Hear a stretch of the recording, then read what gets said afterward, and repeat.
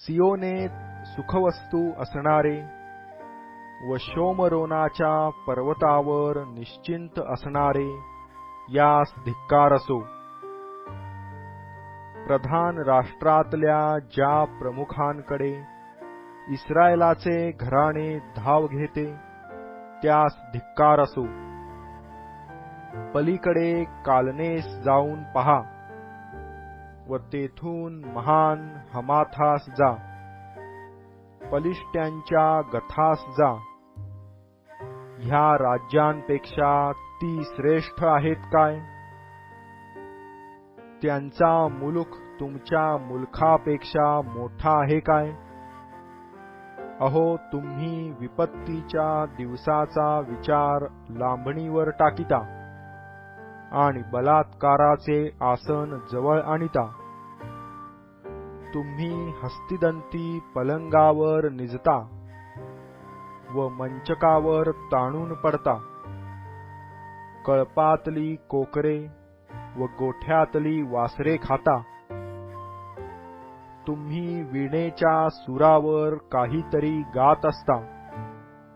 दाविदाप्रमाणे अनेक तंतुवाद्ये बनविता. तुम्ही घागरीच्या घागरी द्राक्षारस पिता. उत्तम तेलांनी आपणास माखिता. योसेफावरील आपत्तीबद्दल तुम्ही खेद करीत नाही. ह्यास्तव ते आता बंदिवानांच्या अग्रभागी चालून बंदिवासात जातील. ख्याली खुशाली करणाऱ्यांचा गोंगाट नाहीसा होईल. प्रभू परमेश्वराने स्वतःची शपथ वाहिली. परमेश्वर सेनाधीश देव म्हणतो, मी याकोबाच्या वैभवाचा तिरस्कार करीतो. त्याच्या महालांचा मी तिटकारा करीतो. हे नगर व त्यातील सर्व मी इतरांच्या हाती देईन.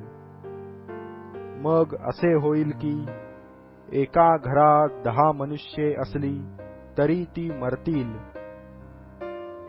एखाद्याचा नातलग त्याला उचलण्यासाठी आणि त्याला जाळण्यासाठी त्याची हाडे घरातून बाहेर नेण्यास येईल. तेव्हा तो घरातल्या अंतर्भागी असणाऱ्यास विचारील की आणखी कोणी तुमच्याबरोबर आहे काय? तो म्हणेल नाही. तेव्हा हा म्हणेल, गप्प रहा. परमेश्वराचा नामोच्चार करावयाचा नाही. कारण पहा, परमेश्वर आज्ञा करील तेव्हा मोठ्या घरास भगदाडे पाडण्यात येतील आणि लहान घरास भेगा पाडण्यात येतील. घोडे खडकावर धावतात काय? कोणी तेथे बैल नेऊन नांगरितात काय? तुम्ही तर न्यायाऐवजी विष व धार्मिकतेच्या फळाऐवजी कडूदवणा केला आहे. तुम्ही अस्तित्वात नसलेल्या गोष्टींबद्दल हर्ष करिता.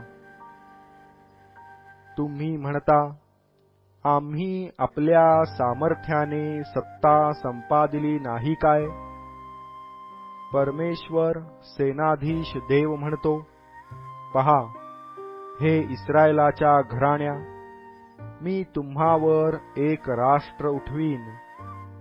ते हमाथाच्या सीमेपासून अराबाच्या ओहळापर्यंत तुम्हास पीडितील.